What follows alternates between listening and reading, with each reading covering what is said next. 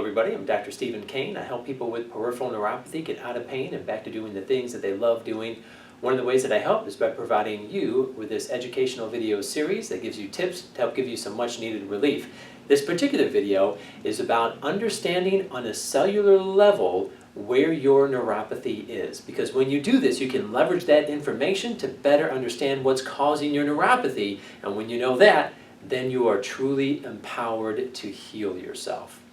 All right, so this video is going to talk about, first off, the part of the nerve cell that can be affected by neuropathy, and then the different types of nerve cells that can be affected by neuropathy. So first off, the part of the nerve cell that can be affected. Well, nerve cells are referred to as neurons. Now within each neuron is an axon. This is the long part of the neuron that conducts a signal. Now when this part is affected, this is referred to as an axonal neuropathy.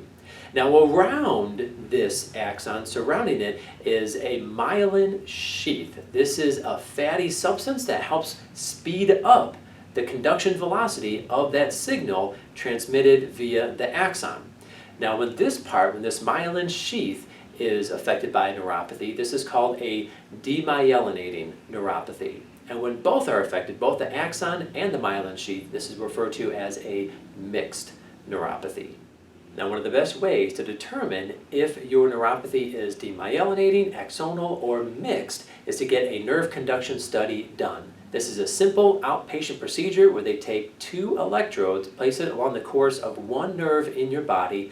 One electrode sends a signal, this second electrode records both the strength of the signal and the speed of it. And in the interpretation, you can figure out if this is slowed down and or if the strength of the signal is compromised. If it is slowed down only, then this would imply a demyelinating neuropathy.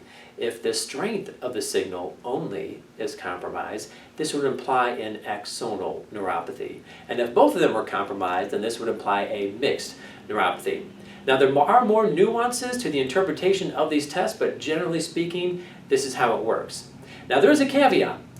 This nerve conduction study only works on the large nerves in your body. So if some of the smaller ones are affected, but the large ones are not, then you could potentially get a false negative for one of these neuropathies by only testing these large nerves in one of these nerve conduction studies.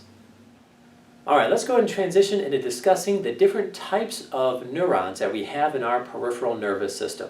We have sensory neurons, motor neurons, and autonomic neurons, and any one or combination of these can be affected by a peripheral neuropathy. The sensory neurons, these send sensory information from our body up to our brain. Hence, if we have a neuropathy affecting our sensory neurons, then there will be changes, or we might feel more tingling in our body, we might feel burning or more pain. We can also feel a lack of sensation and numbness. For the motor neurons, these go from our brain down to our body to our muscles, and these allow us to contract our muscles and move. Hence, if a neuropathy is affecting our motor neurons, then we will experience weakness. We can also experience muscle fasciculations or muscle cramps.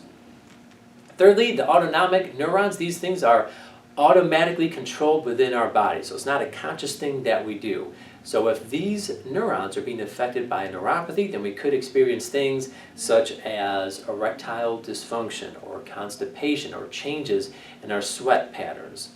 Again, you can have any combination or just one of these different types of neurons being affected by a neuropathy.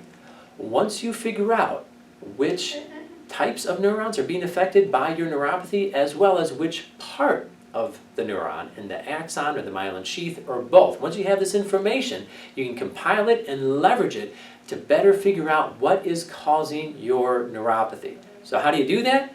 Well, there is a wonderful article right here, Peripheral Neuropathy Differential Diagnosis and Management. It's done by quite a few neurologists at Michigan State University. They do a marvelous job breaking down based off what types of neurons and what parts of the neurons are being affected, what the different potential causes may be. In this article, they go into a lot more detail in terms of figuring out what may be causing your neuropathy. I highly recommend that you read through this article. I'll leave a link in the description down below.